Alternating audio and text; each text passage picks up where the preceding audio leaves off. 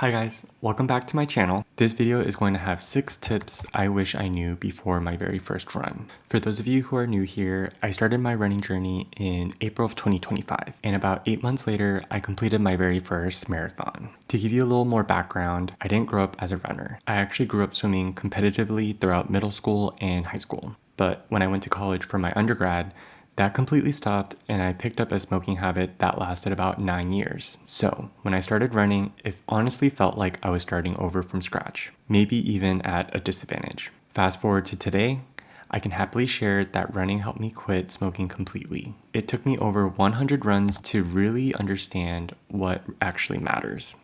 I do want to say up front that I am a casual runner, which I am juggling with my 9-to-5 job, and I'm not a professional by any means. But this is the exact type of video I wish I had watched when I was starting out, or for anyone who's thinking about starting their own running journey. So let's jump right into lesson number 1, which is going to be consistency over intensity.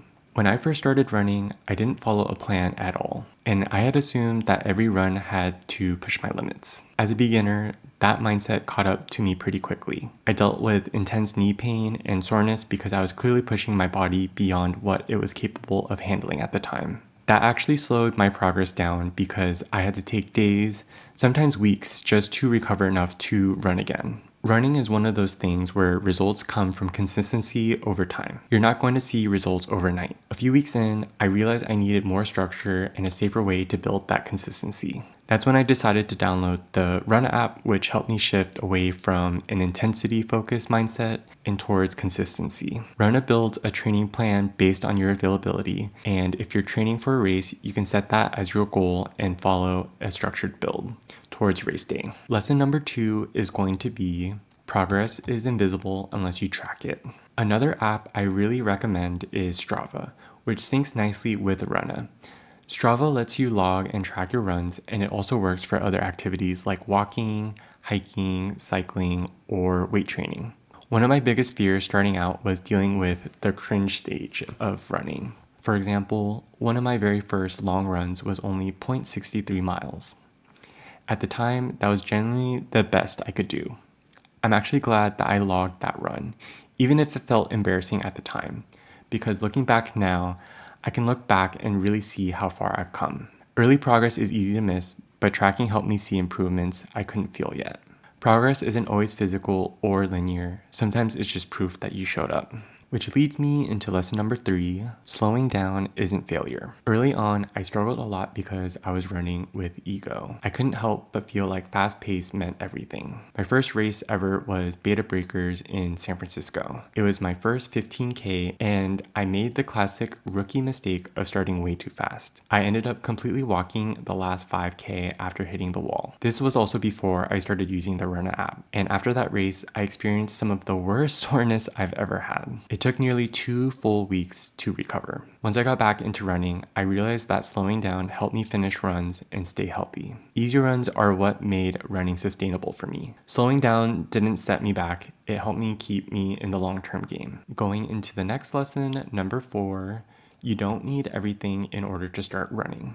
Despite popular belief, running can get quite expensive, but all you really need at the beginning is a pair of running shoes. When I first started, I watched a lot of shoe recommendation videos and made the mistake of buying shoes that didn't work for me. Just because a shoe works for someone else doesn't mean it will work for you. If I were starting over, I'd go to a local running store that offers gait analysis so they can help identify what actually works for your body. As far as tracking, I know Strava works on your phone, and for a lot of people that's totally fine.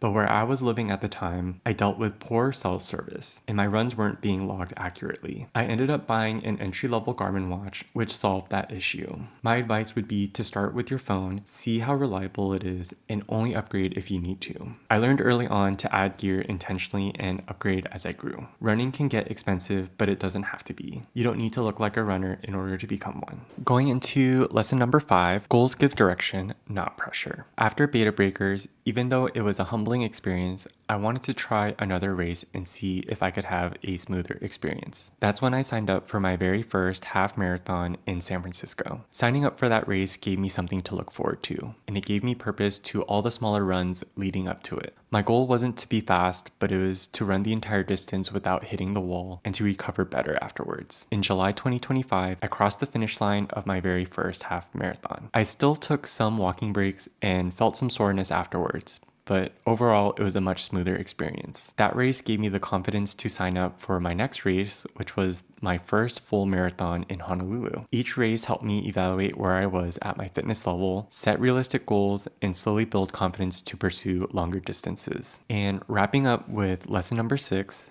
most runs won't feel magical, but that's okay.